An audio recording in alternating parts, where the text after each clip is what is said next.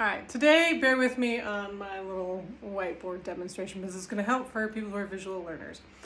So I'm going to go over today the technique of perception. So, hopefully you can see this. My little, okay, thoughts, feelings. Okay, we've got thoughts, feelings, behaviors. In cognitive behavioral therapy, this is like the go-to model for shifting what's going on in our brains. Okay, so I think I sent out a little bit of a diagram before in some of the chat links, but these are interconnected. So what that means is that in order to change one, it'll change all of them. Oftentimes, we focus on our thoughts where there's like billions. I think I've talked about that a little bit. We can have billions of thoughts within, like, let's say an hour.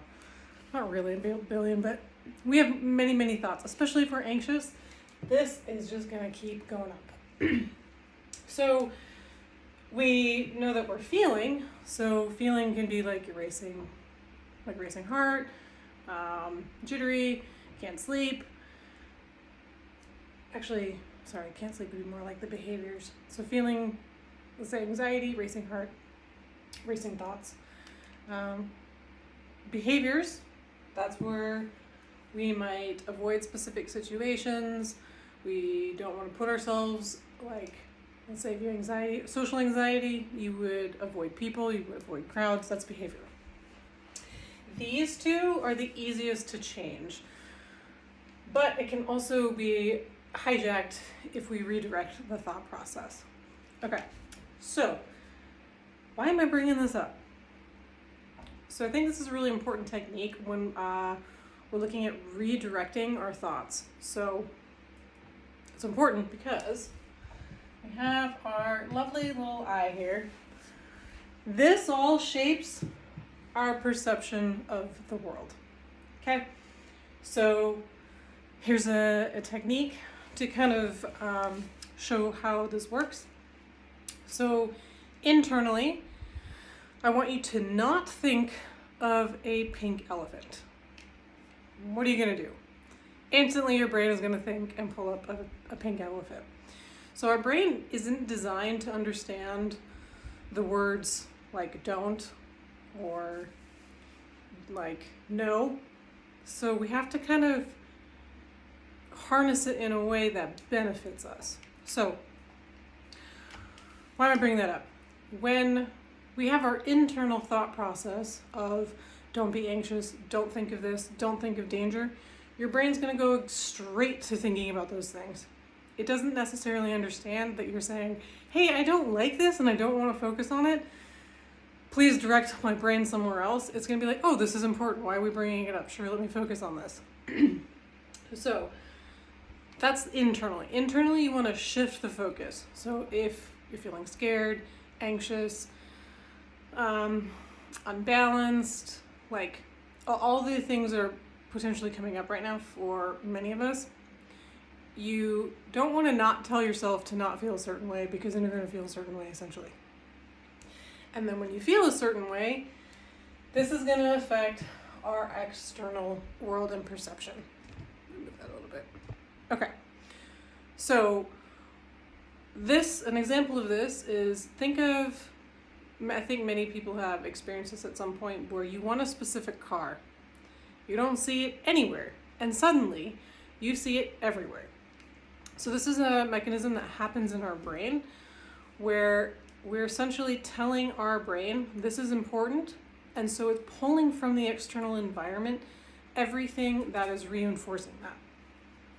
So when we're scared, when we're anxious, when we're fearful, when we are in these heightened danger situations, our brain's focused on it, and it's also looking for it, and it's also pulling out everything that reinforces what we're thinking.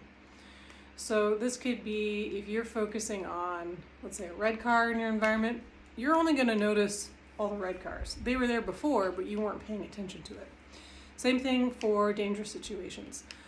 This is a little bit different, I know, from everybody who is deployed, because your external environment is literally reinforcing this system.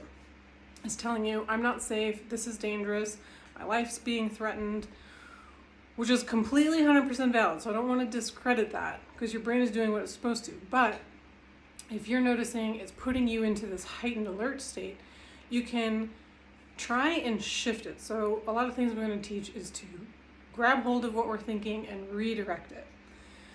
So you want to start telling yourself, I'm safe. And then your brain's going to start to pick up things in your environment that is reinforcing the fact that you are safe, or I can manage this. So that kind of leads me into the next thing I want to go into. So we have thoughts, feelings, behaviors. What we tell ourselves, not only is this shaping everything that we're feeling internally and externally, but it's a technique in therapy called narrative therapy. So if I was to get rid of this. Okay. So I know everybody, for the most part right now, let's say you have a bucket. Everybody's here, if not here. So I know it's been a lot going on. There's especially all these world events that keep adding into this bucket, which keep filling it and making it go higher and higher and higher. Okay. When it comes to our thoughts and perceptions, the story of what we tell ourselves about this is going to reshape our perception on everything and that internal system of thoughts, feelings, and behaviors. So I bring this up because we can change the story. Whatever we're telling ourselves, we can change the narrative. So for example, I can't handle this. Although it might be true, it's still a narrative and a story. I'm overwhelmed. Although true, it's still a narrative and a story we're telling ourselves. So we can hijack our brain and redirect what we're thinking by noticing what is the story, what's the thought, what's everything that I'm telling myself about this bucket. Same thing with the perception of this. I can't handle this, this is too much, I'm full. Right now, every single person has probably reached a point of your comfort zone is getting very disrupted. So another thing that we have is we all have these beautiful little circles of comfort. So this is my comfort zone. I'm quite happy in this space. Everything's great and good.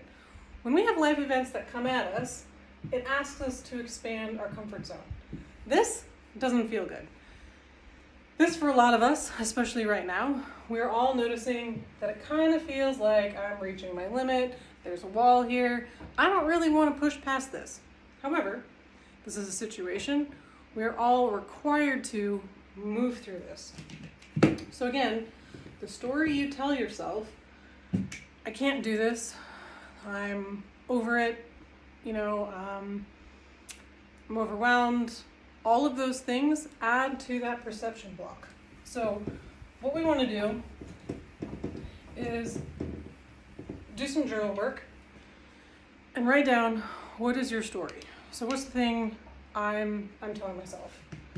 So I can't blank, or I'm unable to blank, or as everybody's probably thinking, this is bullshit, I don't want to deal with this anymore, or just like go down the list. And I want you to flip the narrative. So we want to think of what's the opposite. What's sitting on the other side of that? So I can manage this because I'm able to, so I want to change out able. I'm able to change the story. This is a growth experience. This is helping me become a better leader. This is helping me transform in ways that I don't fully understand yet. This is making my relationships closer because we're in a heightened stress situation, so we're reaching different levels of communication.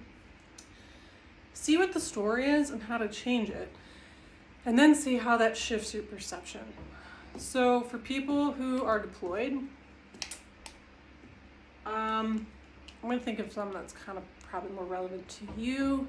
That would be like, it's unfair, nobody knows what they're doing. All of these are valid, but we want to think of the opposite, because when we bring in the opposite, it's going to shift our perception about the situation. So again, back to that bucket analogy, when we change our perception of it, it's going to bring everything down. So right now the bucket's probably really full, overwhelming. You don't maybe see too much more room for yourself, or room that you can move through this, or that this is possible, or that you're completely over it. All of those things that you're telling yourself, back to the purple elephant example, back to the car example, your brain's gonna say, yep, that's 100% true. So what you wanna do is tell your brain a different story so it believes something else, so that when we go back to the thoughts, feelings, and behavior triangle, this cycle changes, which then changes our perception. All right, so I try to keep that at 10 minutes because I know the last one was pretty long. If you have any questions, please reach out, because that was a ton of different things all at once. But basically the concept, you want to change your thoughts, you want to change your feelings, and you want to change your behavior, so you can hijack one of them. Focus on the narrative, so what's the story you're telling yourself? Whatever the story you're telling yourself, your brain's going to 100% believe it, regardless of what it is. To hijack and take control of your brain, tell yourself a different story, change your perception, and your brain is then going to look for evidence in your external environment and world that reinforces it.